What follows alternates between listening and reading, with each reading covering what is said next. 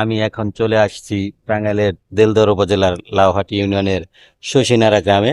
এই গ্রামে সৌদির সাথে মিল রেখে পবিত্র ঈদ উল ফিতর অনুষ্ঠিত হবে। কিছুক্ষণ পরেই পবিত্র ঈদ উল ফিতরের নামাজ অনুষ্ঠিত হবে। আমার পিছনে দেখতে পাচ্ছেন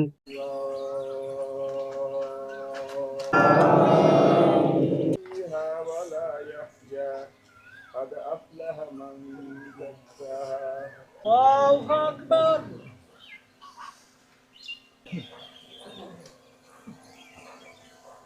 سمع الله لمن حمده الله أكبر الله أكبر الله أكبر الله أكبر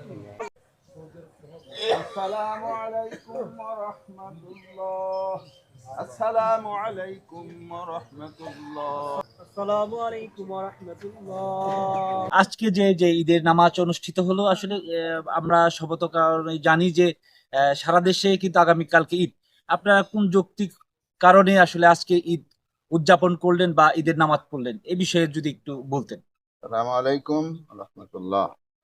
আজকে যে আমরা ঈদ উদযাপন করলাম, এটা হলো পবিত্র কোরআনে আল্লাহ রাব্বুল আলামিন বলেছেন, ইন্না আউওয়ালা বাইতিন বুজিয়া লিন-নাসি লাল্লাযী বিবাক্কাতা মুবারাকাতান হুদাল লিল আলামিন। আল্লাহ রাব্বুল আলামিন পৃথিবীতে যে একটি ঘর প্রথমে তৈরি করেছিলেন সেটা হলো কাবা শরীফ।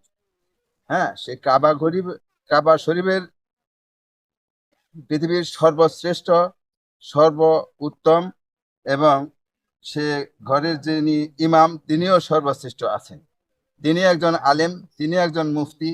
তিনি যে রোজা রেখেছেন তার রোজা রাখার সংবাদ আমরা পেয়েছি, সেজন্যই আমরা রোজা বা ঈদ করে আসছি।